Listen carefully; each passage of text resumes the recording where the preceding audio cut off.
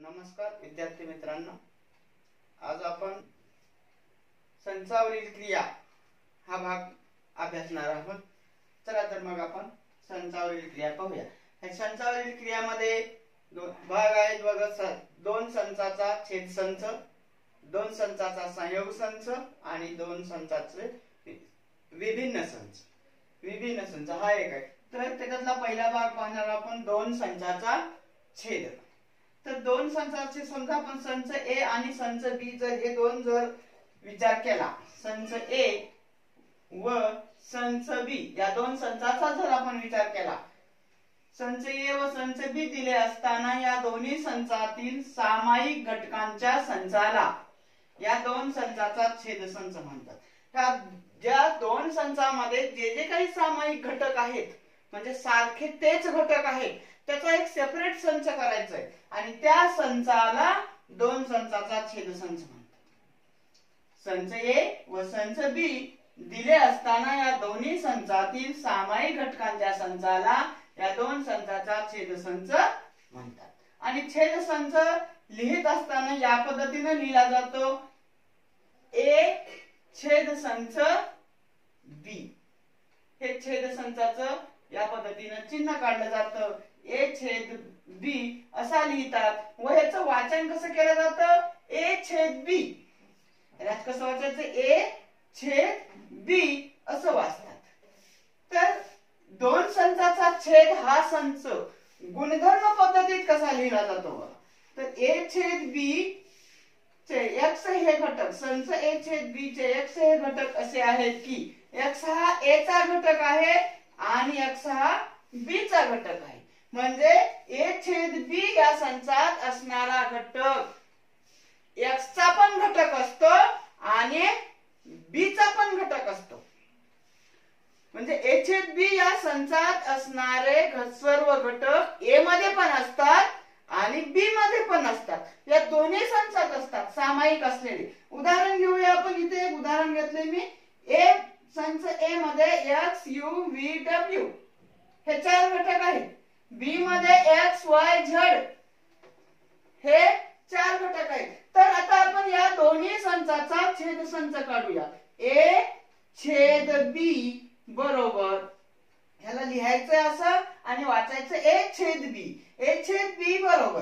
तर आता या ए या संचामध्ये आणि बी या संचामध्ये सामायिक असलेल्या घटकांना आपण अंडरलाईन करून घेऊया अगोदर। एक्स हा दोन्ही संचामध्ये घटक आहे, त्याच्यानंतर इथे यू व्ही डब्ल्यू आहे, इथे वाय झेड आहे, म्हणजे एकच घटक सामायिक आहे। मग ए छेद बी या संचामध्ये हा एक्स हा एकच घटक येतो। तर म्हणजे आता ए छेद बी मधले जो घटक आहे ते ए मध्ये पण आहे आणि बी मध्ये पण आहे, म्हणून ह्याचा गुणधर्म पद्धतीत आपण या प्रकारे लिहिलंय, ए संच ए छेद बी चे एक्स हे घटक असे आहेत की एक्स हा ए चा घटक आहे आणि एक्स हा बी चा सुद्धा घटक आहे। याची वेन आकृती काढूया आपण, इथे जे उदाहरण घेतलंय आपण ए आणि बी याची वेन आकृती काढूया आपण।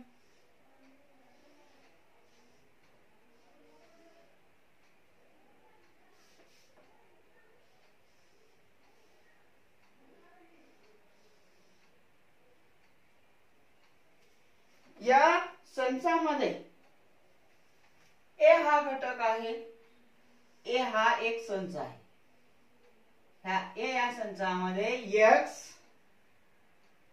यू व्ही डब्ल्यू आणि दुसरा बी हा संच आहे,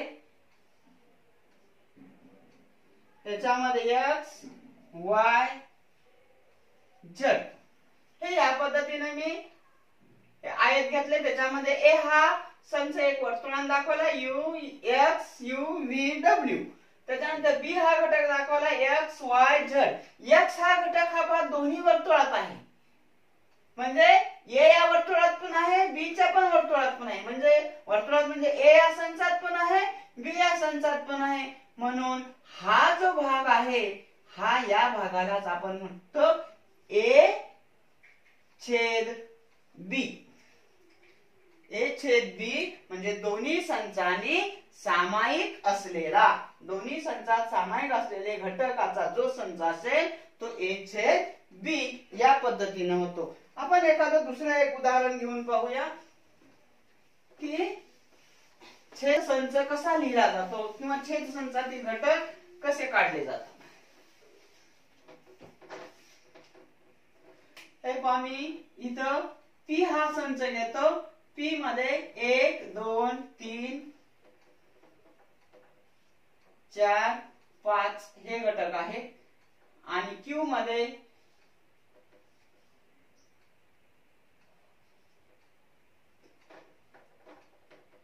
2 3 4 6 7 हे घटक आहेत. तर P आणि Q चा छेद संच लिहायचा आपल्याला. P छेद Q. तर या दोन्ही संचामध्ये सामायिक असलेले घटक 2P मध्ये आहे, Q मध्ये आहे, 3P मध्ये आहे, Q मध्ये आहे, 4P मध्ये आहे, Q मध्ये आहे, 1P मध्ये आहे पण Q मध्ये नाही, 5 Q मध्ये नाही, P मध्ये आहे, 6 7 Q मध्ये आहेत पण P मध्ये नाही. म्हणजे दोन्हीत सामायिक असलेले घटक कोणते आहेत? 2 3 आणि 4. म्हणून A छेद P छेद Q मध्ये 2 3 4 हे घटक आहेत. P छेद Q मध्ये 2 3 4 हे सामायिक घटक आहेत P आणि Q मध्ये. म्हणून म्हटले की आपण यालाच गुणधर्म पद्धतीत लिहिताना आपण असं लिहिलेलं आहे की P छेद Q चे X हे घटक असे आहेत की X हा P चा घटक आहे आणि X हा Q चा पण घटक आहे. आता इथं सुद्धा आपण जर याची वेन आकृती काढली तर पहा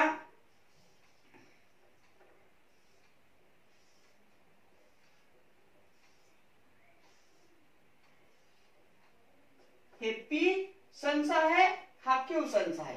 P मध्ये 1 2 3 4 आणि 5 आहे. Q मध्ये 2 3 4 6 7 आहे. मग यामधला जो हा भाग आहे जो सामायिक आहे या भागाला आपण P छेद Q असं नाव देऊ. म्हणजे हा P छेद Q 2 3 4 या पद्धतीने याची वेन आकृती काढली जाते.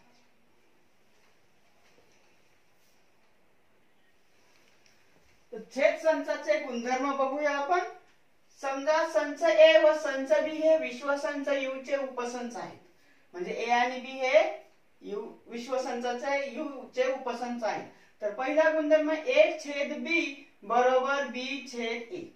A आणि B चा जर छेद घेतला तर तो B आणि A चा पण छेद असतो. समजा मी इथं A मध्ये 1 2 3 ही उदाहरण घटक घेतले. B मध्ये 2 3 घेतले किंवा 2 3 4. तर A छेद B मध्ये ह्याच्यातले कॉमन असलेले 2 आणि 3 हे घटक येतील. सॉरी. आणि B छेद A घेतला तर 2 आणि 3 हेच घटक येतील. म्हणजे A छेद B घेतलात काय आणि B छेद A घेतलात काय दोन्ही सारखाच येतो. A छेद B किंवा B छेद A दोन्ही सारखं येतो. त्याच्यानंतर दुसरा गुणधर्म पहा. जर A हा B चा उपसंच असेल तर A छेद B बरोबर A येतो. A हा B चा उपसंच असेल.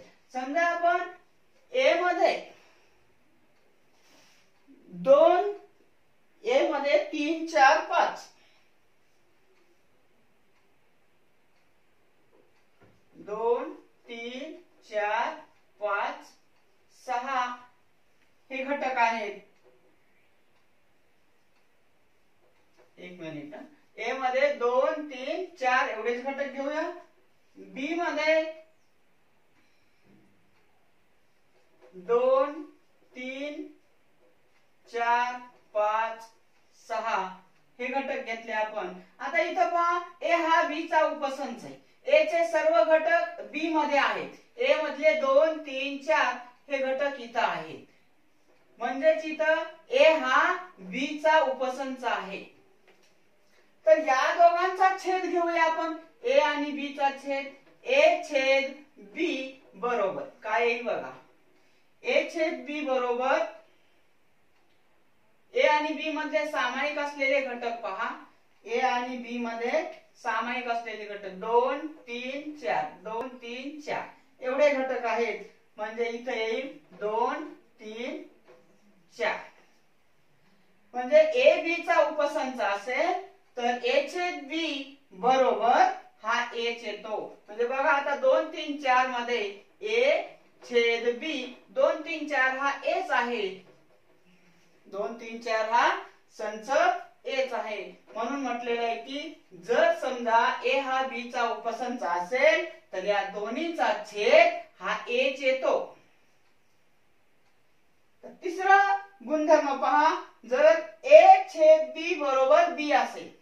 ए छेद बी बरोबर बी असेल तर बी हा ए चा उपसंच असतो. फटक्यात एक उदाहरण घेऊ आपण. ए मध्ये 2, 3, 4, 5 हे घटक घेऊया. बी मध्ये 3, 4 हे दोन घटक घेऊया. आता ए छेद बी या दोघांचा छेद घ्यायचा आहे आपल्याला अगोदर. ए छेद बी बरोबर ह्या दोन्ही मध्ये सामायिक असलेले घटक. त्या दोन्ही मध्ये सामायिक असलेले घटक 3 आणि 4 हे ह्याच्यामध्ये येतील. 3, 4. आता इथं बघा ए छेद बी मध्ये 3 आणि 4 घटक आहे. म्हणजे बी हा संच जसाच तसा येतो. जर ए छेद बी बरोबर बी असेल. ए छेद बी बरोबर बी असेल तर बी हा ए चा उपसंच असतो. आहे का बघा. बी हा ए चा उपसंच आहेच. बी उपसंच. बी मधले सर्व घटक ए मध्ये आहेत. म्हणजे बी हा ए चा उपसंच आहे. चौथा गुणधर्म पहा. ए छेद बी हा ए चा उपसंच आहे. ए छेद बी हा ए चा उपसंच आहे. तर ए छेद बी हा बी चा सुद्धा उपसंच येतो. याच्यासाठी आपण एक उदाहरण घेऊया. ए मध्ये 2,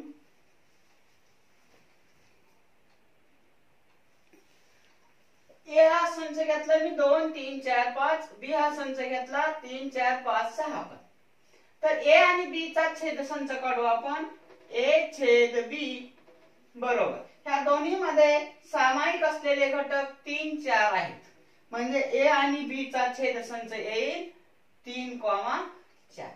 आता बघा ए छेद बी हा ए चा उपसंच आहे का बघा. ए छेद बी मधले सर्व घटक ए मध्ये आहेत. म्हणजे हा ए छेद बी ए चा उपसंच आहे. ए छेद बी उपसंच ए.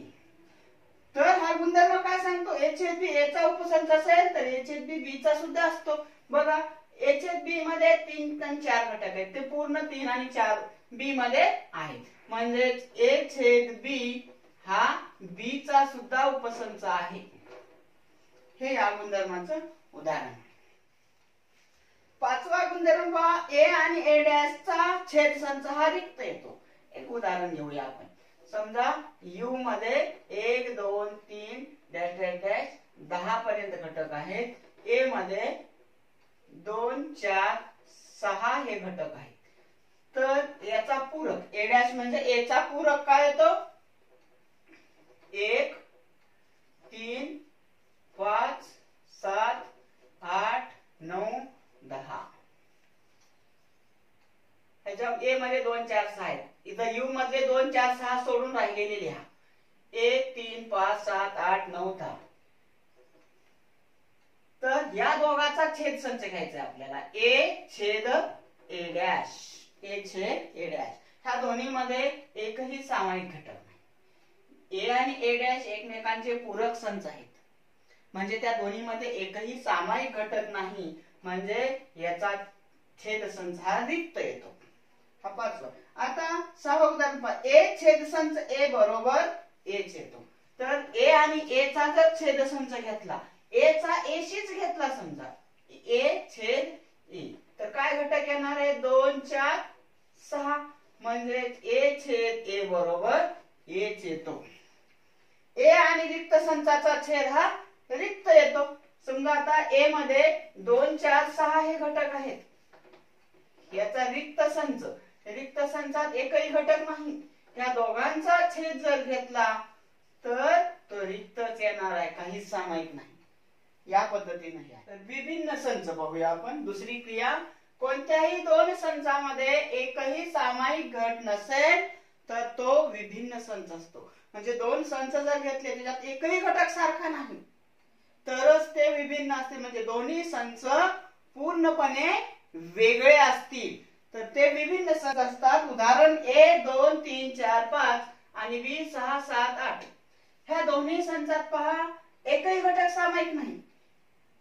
संच ए व संच बी मध्ये एकही घटक सामायिक नाही. एकही घटक सामायिक नाही.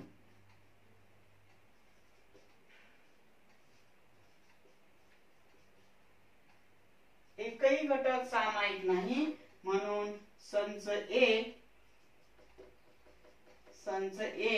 व संच बी हे विभिन्न संच आहेत.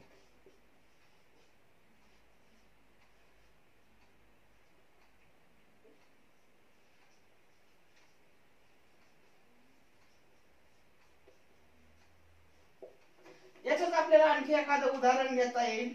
समजा संच पी मध्ये ए बी सी डी हे घटक आहेत आणि संच क्यू मध्ये पी क्यू आर एस हे घटक आहेत. या दोन्ही संचात पाहता एकही घटक सामायिक नाही म्हणून संच पी व संच क्यू हे विभिन्न संच आहेत. दोन संचाचा संयोग पाहूया. समजा ए आणि बी हे दोन संच आहेत. हे दोन संच घेतलेले आहेत ए आणि बी. तर ए आणि बी यांचा संयोग संच म्हणजे ए आणि बी मधील अशा घटकांचा संच की जे ए मध्ये किंवा बी मध्ये आहेत.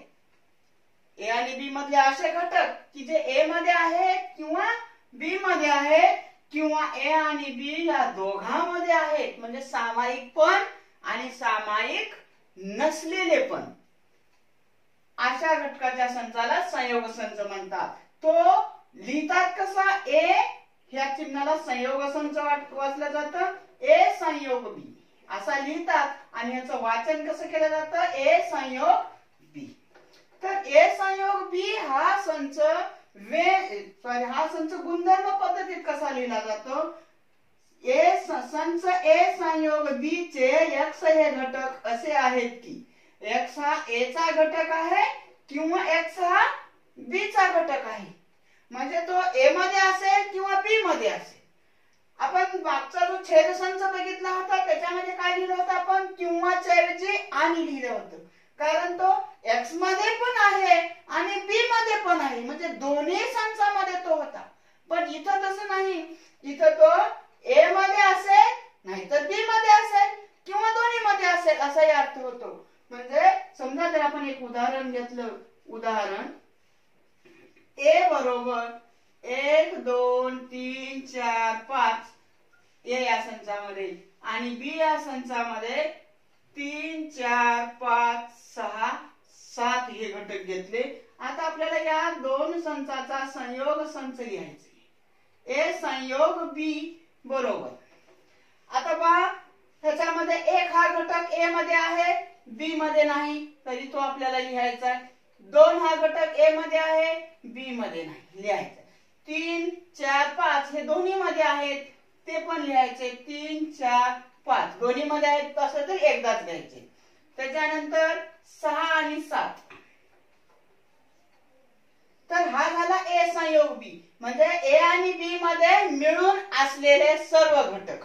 ए मध्ये 1 2 3 4 5 आहेत आणि याच्यामध्ये ए मध्ये 1 2 3 4 5 बी मध्ये 3 4 5 6 7. तर दोन्ही मिळून झाले 1 2 3 4 5 6 7 म्हणजेच ए आणि बी चा संयोग संच झाला, ए आणि बी चा हा संयोग संच झाला. तर या संयोग संचाची वेन आकृती कशी काढली जाते?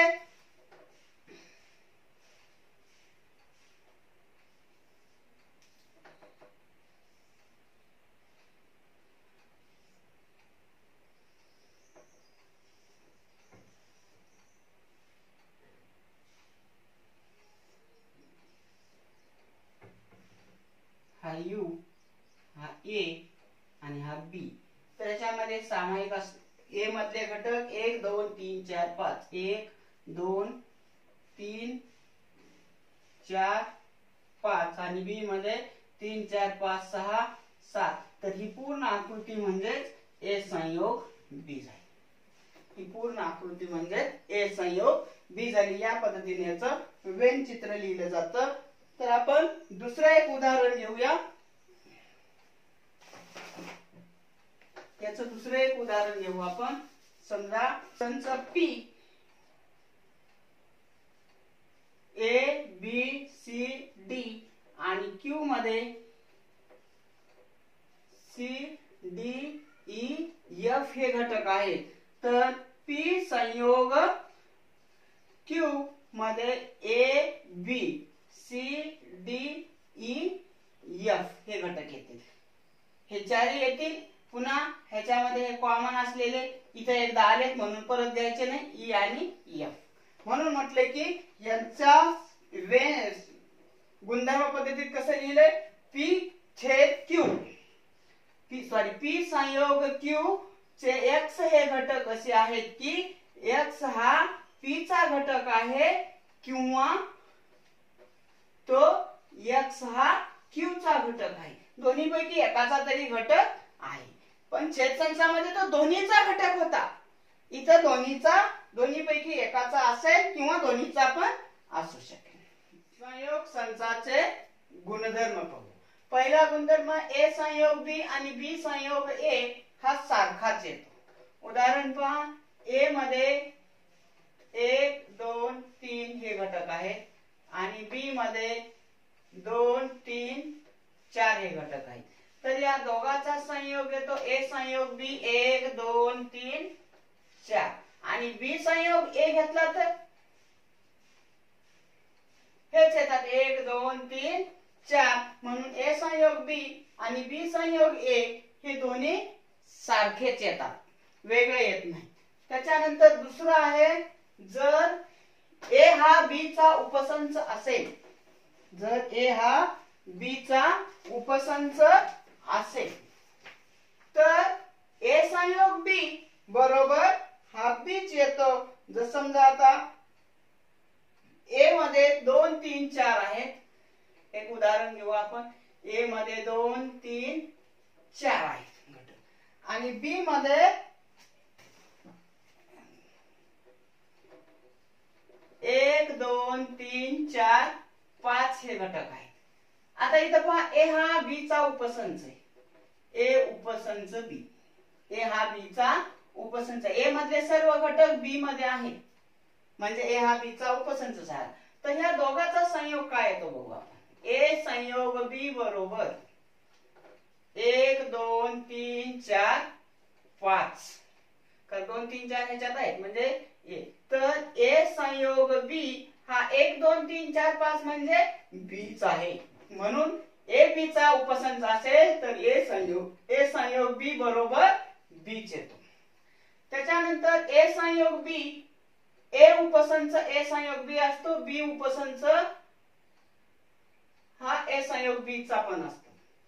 म्हणजे ए हा ए संयोग बी चा उपसंच असतो, बी हा ए संयोग बी चा उपसंच असतो. इथंच पहा, ए संयोग बी, ए हा संच ए संयोग बी चा उपसंच आहे. ए चे 2 3 4 हे घटक ए संयोग बी मध्ये आहे म्हणून ए हा ए संयोग बी चा उपसंच आहे.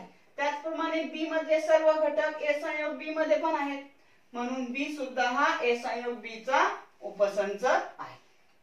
त्याच्यानंतर चौथा आहे ए संयोग ए डॅश, म्हणजे ए आणि ए चा पूरक.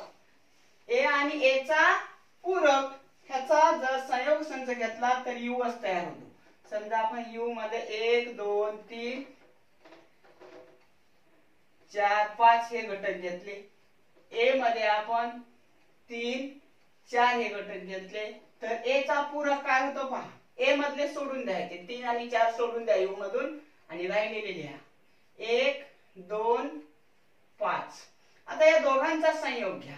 ए संयोग ए डॅश म्हणजे ए संयोग ए चा पूरक बरोबर या दोन्हीचा पूरक संच 1 2 3 4 5. 1 2 3 4 5 तो काय आला यू च आला.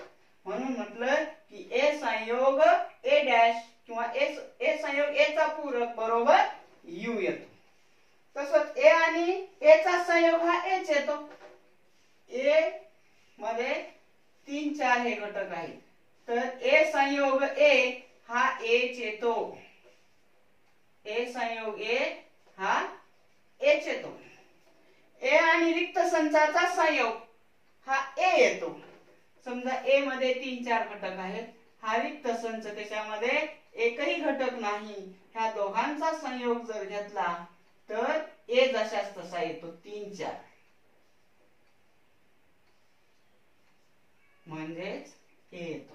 ए संयोग रिक्त संच बरोबर ए येतो. संचातील घटकांची संख्या हा पुढचा भाग आहे. समजा ए हा शांत संच असेल तर संचाची घटकातील संख्या कशी मोजायची. समजा दिलेला संच हा ए हा शांत असेल तर एखाद्या संचातील घटकाची संख्या ही n ऑफ ए न दर्शवली जाते. म्हणजे समजा आपण इथे एक उदाहरण घेतले. ए या संचामध्ये 3 8 9 हे घटक आहेत. म्हणजे ए या संचामध्ये किती घटक आहेत 1 2 3. म्हणून n ऑफ ए बरोबर 3. त्याच्यानंतर बी हा एक संच घेतला ज्यामध्ये घटक आहेत 5 7 9 11. अशी किती घटक आहेत त्याच्यामध्ये 1 2 3 4 4 घटक आहेत. म्हणून n ऑफ बी बरोबर 4. तर ह्याच्या ए मध्ये 3 घटक आहेत म्हणून n ऑफ ए बरोबर 3. बी मध्ये 4 घटक आहेत म्हणून n ऑफ बी बरोबर 4. आता आपण या दोन्ही संचाचा संयोग संच घेऊया.